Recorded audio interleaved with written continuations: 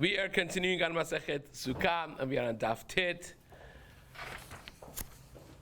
Amud Aleph, 16 lines up from the bottom of the Amud. Today's Amud is being learned as a schut for Refuah Shelema of Rachel Simcha Bat Nahid, should have full recovery, Refuah Shelema. Esther Bracha Bat Chaya, should have recovery, Refuah Shelema. And Nisim Ben Miriam, who we have been davening for, to have a full recovery, Be'ezrat Hashem, Amen. This month's learnings of the community have been dedicated graciously by the Dayan family, by Kohen family, by Shei family. Should be an ultimate zchut for all their mishpachot, Be'ezrat Hashem, Amen. So we started the second Mishnah of the Masechta, in which we learned the concept of Sukkah Yeshana. One of the most fundamental amudim of the Masechta is this Amud Tet, Amud Aleph, that speaks about whether or not you need a Sukkah to be built lishma. Can you just use a Sukkah that was built for shade, or does it have to be a Sukkah lishma? So we learned the Mishnah that Bet Shammai poslin, if you didn't make your Sukkah lishma, Bet Shammai, that Sukkah is worthless, is not kasher, and Bet Hillel say it's kasher. A Sukkah that was built before Chag, more than 30 days before the Chag HaSukkot, without any intention for Sukkah, would fall under that category, because it's not clear that you're building it for Sukkah. Within 30 days, everyone that sees you build, they know that you're building a Sukkah. It's within the 30 days of Chag HaSukkot. People are already learning, speaking about Sukkot. But prior to that, it would become Machloket Bet Hillel and Bet Shammai. Now, the Gemara discuss, how do we know that you need Sukkah that's Lishma according to Bet Shammai? Where do you see that? The Gemara had a try at it. The try failed. Now the Gemara said a second option of a pasuk for Bet Shammai. So says the Gemara, from Krach Harina, because the pasuk says, Chag HaSukkot ta'aseh lecha shiv'at yamim. Make Sukkah for yourself. Lecha, says the Gemara, is coming to teach you, Sukkah ha'asuya leshem chag ba'inan. We need the Sukkah to be made for the Chag. So when it says Chag HaSukkot ta'aseh, Rashi says we are rearranging the words of the pasuk as though it says Sukkot ta'aseh lechag. Instead of Chag Sukkot ta'aseh, it's Sukkot ta'aseh lechag. So therefore, you see that it has to be made for the Chag. You can't just have a Sukkah, which means a had, that was meant not for Sukkot, for Chag HaSukkot. So says the Gemara, Ubet Hillel ha'u mibai lecha osin Sukkah becholo shel moed. Bet Hillel said no. There is another very important halakha that we need to learn, and that is, what happens if I'm out of town by my in-laws, and I'm coming back for the second half. Coming back to Los Angeles, to wherever I live, for the second half, and I want to build a sukkah now. Do I have to make sure to erect the sukkah before I leave town, before Sukkot? Or can I come on Chol HaMoed and build my sukkah? A sukkah that was built on Cholo Shel Moed, says Bet Hillel, is kasher. Why? Because there's no reason for it not to be kasher. When it says Chag HaSukkot ta'aseh, this pasuk is teaching me that Sukkot ta'aseh bechag, that even inside the Chag already, you're well into the Chag, you can still Sukkot ta'aseh. So he rearranges the same pasuk and uses it to learn that you could build a Sukkah in Chol HaMoed, halfway into the Chag. So it says the Gemara, Ubet Shammai sevira lehu ke Rabbi Eliezer. Bet Shammai hold like Rabbi Eliezer. Of course, that's very much expected, because Rabbi Eliezer of Rabbi Eliezer Agadol fame, Rabbi Eliezer Bar Chulkanus, was a follower of Bet Shammai. That we know. One of the reasons that halakha is not like Rabbi Eliezer in most of the things that he says is Because the Gemara says, Ki shamuti. Shamuti is machloket Rashi and Tosafot. And one understanding is because he was a follower of Bet Shammai, and Bet Shammai, in comparison with Bet Hillel, halacha is like Bet Hillel. So very much expected that he should be like Bet Shammai. So Rabbi Eliezer and Bet Shammai, they hold, Ein osin sukkah bechol shel moed, that you cannot make sukkah on chol moed. Why can't you make sukkah on chol moed? Interestingly, they also pasuk in this halacha, darshaning the same very pasuk that we just mentioned, because the full wording of the pasuk is Chag HaSukkot ta'aseh shivat yamim.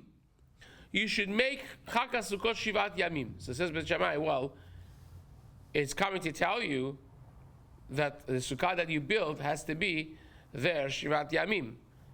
It has to be for the entire Chag ready to go. So if I build a sukkah on Chol HaMoed, this sukkah is not it's not in service for full 7 days, and that means that sukkah is going to be pasul. So it's machloket Bet Hillel and Bet Shammai. So Bet Hillel uses the pasuk of Chag HaSukkot Ta'aseh, and that you could build a sukkah in the Chag. So therefore, he doesn't have the pasuk available to say Chag HaSukkot Ta'aseh. That means Sukkot Ta'aseh Lechag, which means it has to be Lishma.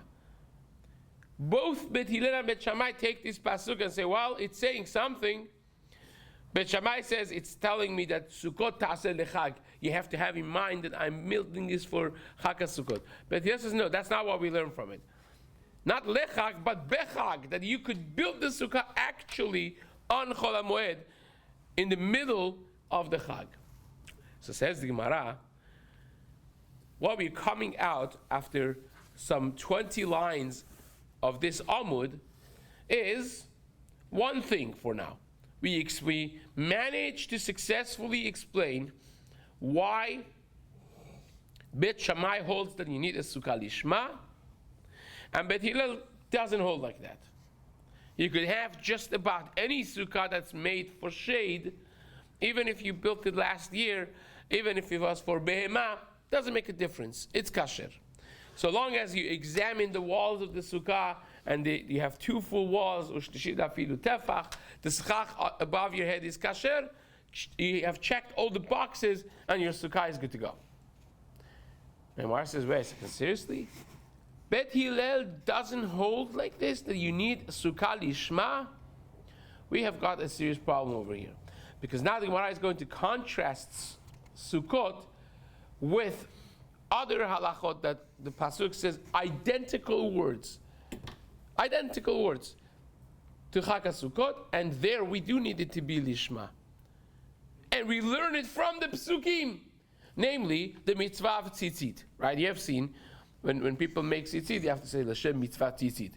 You have to say that. You have to have in mind that you're making this for mitzvah. If you put, that's why you don't give it to kids to do, right? Especially when they put the 4 strings inside the hole on the corner of the beged, that needs to be put inside their lishma. Not only the tying needs to be done lishma, more important than the tying is that you want to put the strings inside the beged. When you actually enter them into the area, the hole and the corner of your garment, you have to say L'Shem mitzvah tzitzit. And that everyone agrees. So the Gemara is going to go through a contrasting process of sukkah and tzitzit and say, wait a second, Bet Hillel also agrees with this. So what happened exactly between sukkah and tzitzit? Says the Gemara, Bet Hillel let lehud the Rav Yehuda Amar Rav. Bet Hillel doesn't hold of the halacha of Rabbi Yehuda in the name of Rav. Damar Rabbi Yehuda Amar Rav. We know the psak that Rabbi Yehuda said in the name of Rav.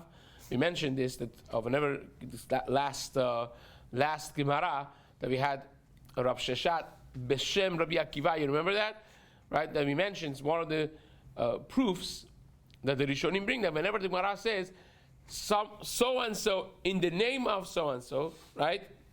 In our case, Rav Sheshat Beshem Rabbi Akiva means they didn't hear it directly because they're generations apart. This is like the 5th generation of Amoraim. The other one is one of the earlier generations of Tanaim. Of course, they could not have overlapped. So it's Beshem means in the name of. It's a Shmuah. But when it says Amar Rabbi Peloni, is a direct quote, usually from a Talmid quoting his Rebbe, and this is another example. Rav Yehuda, of course, was one of the most legendary students of Rav, one of the main and greatest names in the yeshiva of Rav. So Amar Rav Yehuda Amar Rav Yehuda Amar Rav. He said in the name of Rav, and we'll see this developing in the name of Shmuel as well as we'll see in just a moment. Says the Gemara, Asa'a mina kosinu mina niminu mina gardin. If you built your tzitzit, right, the fringes of tzitzit, from the leftovers of the weaving process or the sewing process. So they're making this garment, right? So they have woven the strings together, and then some extras have been left over on the corner, happens to be very conveniently on the corner, or you're sewing up the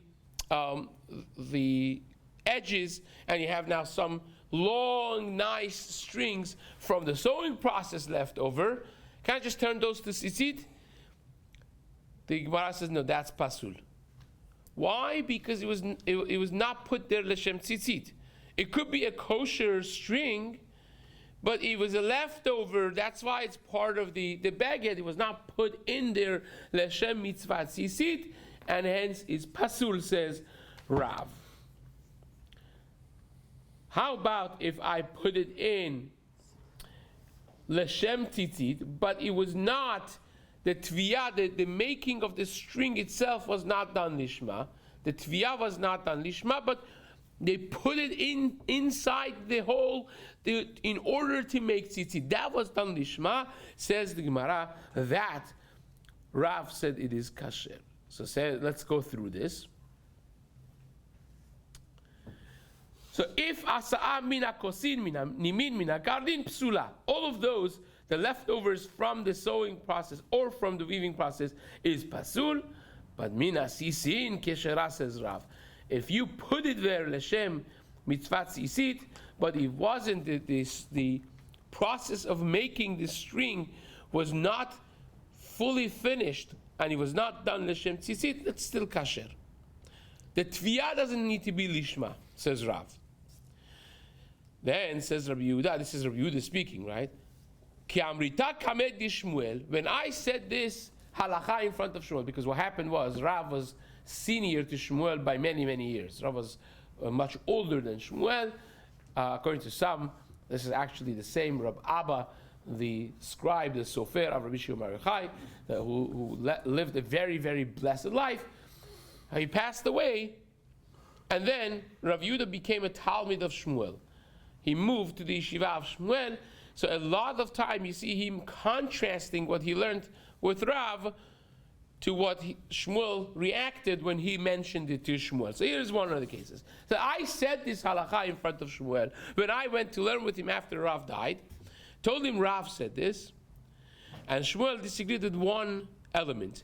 Amali af minasisin nami psula.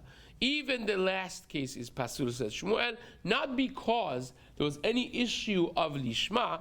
You put it in lishma, that's good to go. But the problem is that you did not do tviyah lishma. And Shmuel and Rav had this fundamental problem, right? That the strings that you make has to also be done l'shem. You can't go just to a store and buy strings. You have to actually make the strings l'shem mitzvah tzitzit, right? If you take a look at the tzitziot that you buy nowadays, it actually says on the tag on it that it's tviyat yad. It's been done with hand, right? Not even with machinery, l'shem mitzvah tzitzit, because that gets into this whole discussion. If me pushing a button of the machine to make this strings by itself is considered lishma, even though that I said l'shem mitzvah tzitzit and I push the button, maybe that is not my doing because the machine is doing it, right?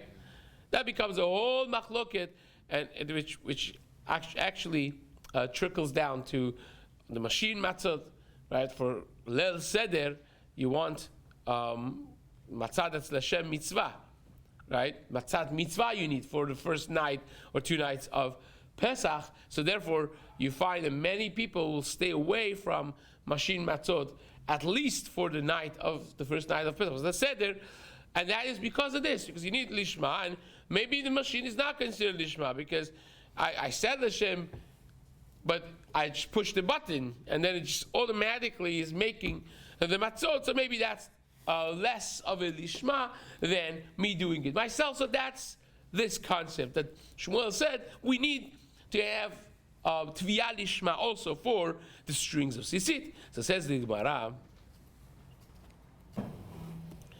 Now we have a full question. Bet Hillel, you told me, holds you don't have to build your sukkah lishma.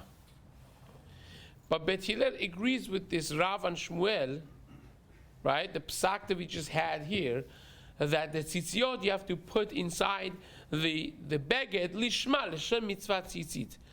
According to Shmuel, it's even more, you have to even make the strings lishma. That Bet Hillel also agrees. And now we have got a problem, because, says the Gemara, here also we should need sukkah to be made l'shem mitzvah sukkah. The Gemara says, no, shani hatam damar kra, this is a layout of the question. Over there by tzitzit, the pasuk says, gedilim ta'aseh lach. You should make tzitzit lach. And lach, the Gemara says, means lach l'shem chovcha. It means it has to be made with intention for your obligation. Lach, why does it say for you? Why is it? It's coming to tell you that it has to be made with intention in your mind that I'm making this for my tzitzit. So that's lishma. I learned it from the pasuk that has to be lishma, says the Gemara. Hachanami chag hasukot taseh lecha. Gemara says this is identical. You can't get out of this. Over here also it says chag hasukot taseh lecha. So why don't you just say lecha leshem chovcha? Same exact words that you wanted in mitzvah of tzitzit is mentioned mamash word for word in Chag HaSukkot. You're saying use the Gezer Shava? Well, it's not necessarily a full Gezer Shava, but if you darshin lecha means you have to do it for yourself, then I'm teaching the pasuk, I'm translating the pasuk. Otherwise, why does he have to say lecha for you?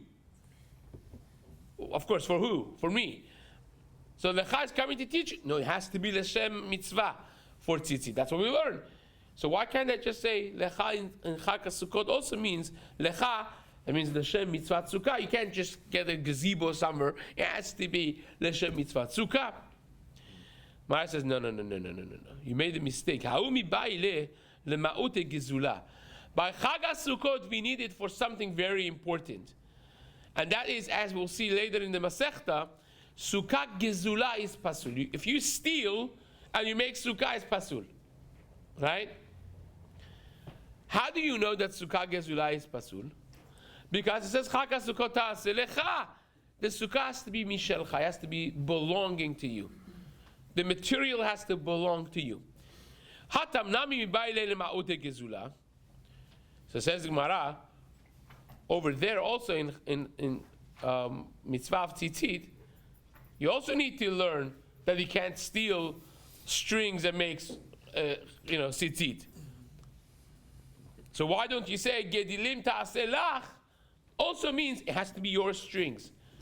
Why do you leave that simple understanding that it has to belong to you, and you instead darshin that it has to be done lishma?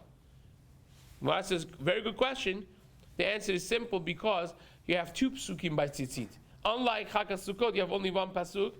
Chag HaSukkot ta'aseh lecha. In mitzvah tzitzit, you have 2 psukim. You have Gedim ta'aseh lach. But prior to that, you have actually another pasuk that says, v'asu lahem tzitzit. Right? V'asu lahem means what? They should make it for themselves. What do you mean for themselves? You can't make it for the soldiers? Yeah, you can. It means you can't steal. It has to be your material.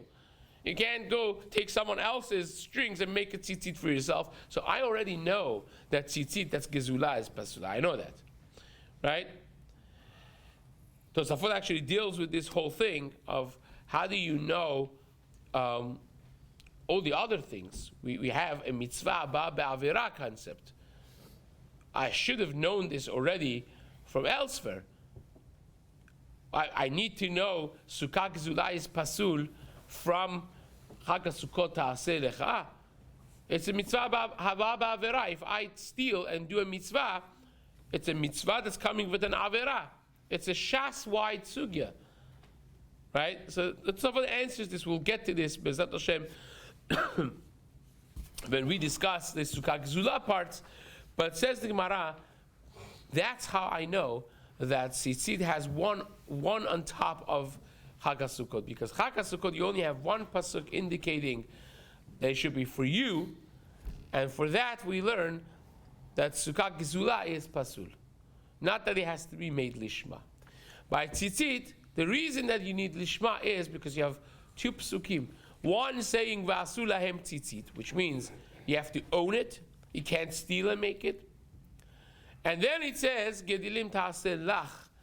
And that is open for a drasha, lach leshem chovcha. That you have to make it leshem mitzvat tzitzit. And that's exactly, those are the words that we say before making tzitzit. So now we have explained successfully the machloket Bet Hillel and Bet Shammai, whether or not the sukkah needs to be done lishma. We explained why. Bet Shammai holds it has to be lishma, and of course we know that halacha is like Bet Hillel, that the sukkah doesn't need to be built lishma. Now next Mishnah is going to be perfect Amud. Then the next one is going to be also starting with another fantastic concept at which happens to be extremely relevant for people who have trees in their backyard.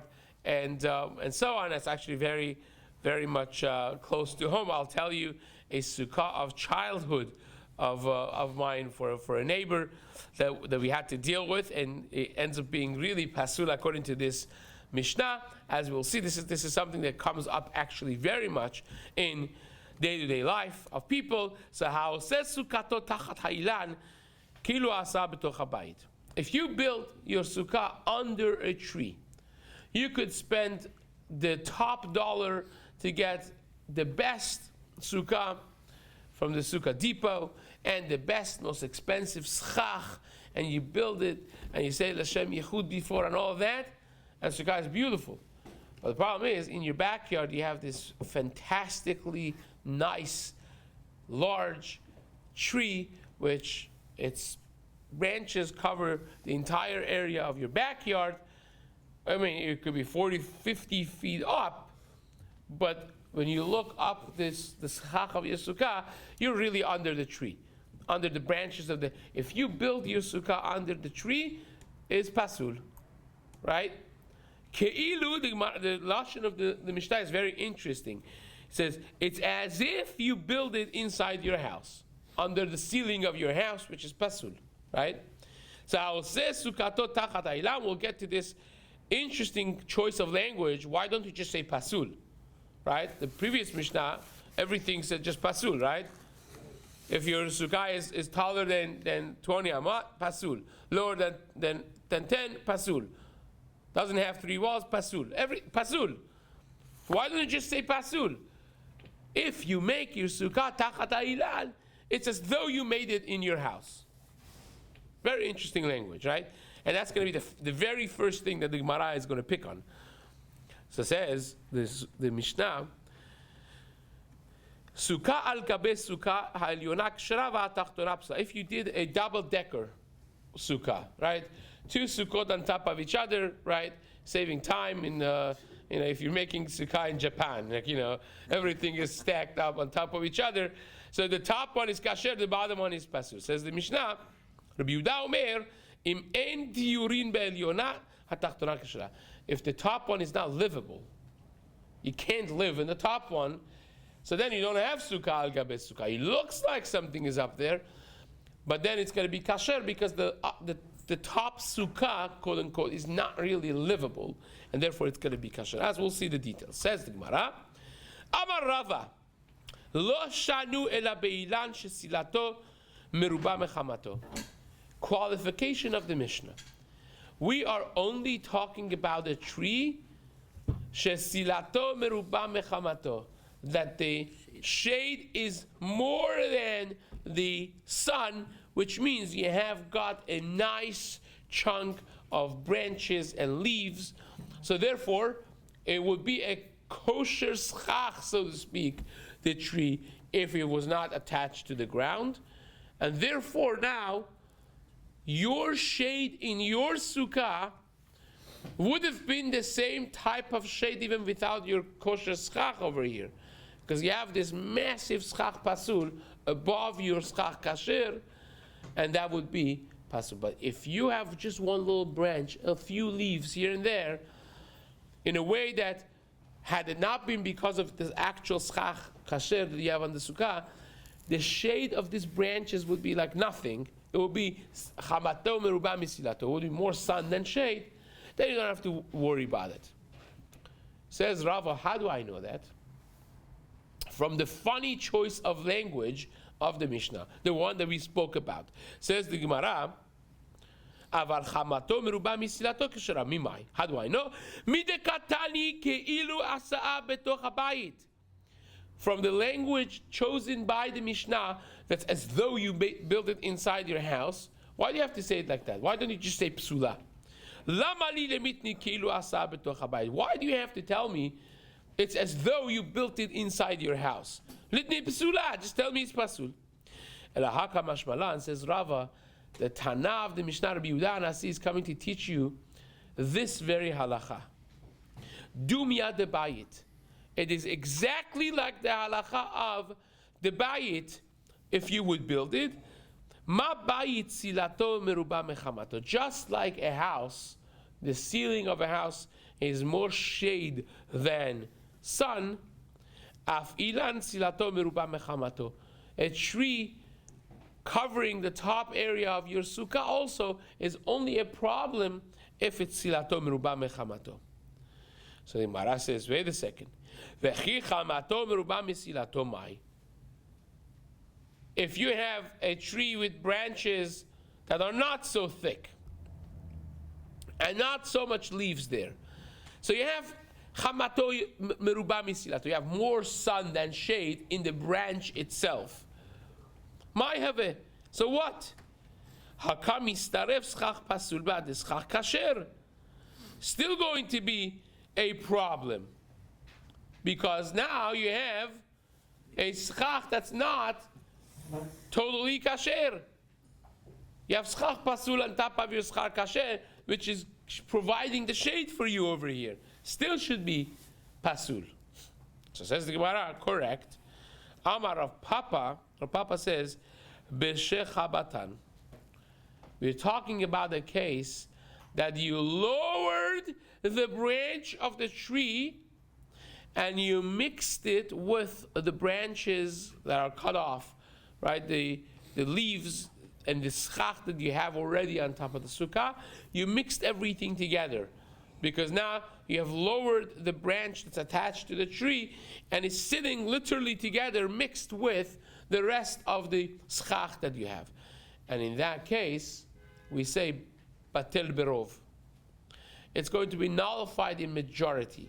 So if you have majority schach kasher, that's why silato meruba mechamato is pasul. But if it's chamato meruba misilato, if you have more sun than shade in the branch that's attached, so you have more schach kasher. When you lower this on top of the sukkah, you have lots of schach kasher, little bit of schach pasul mixed with them. We say batel berov, and the whole thing is kasher. So says the Gemara,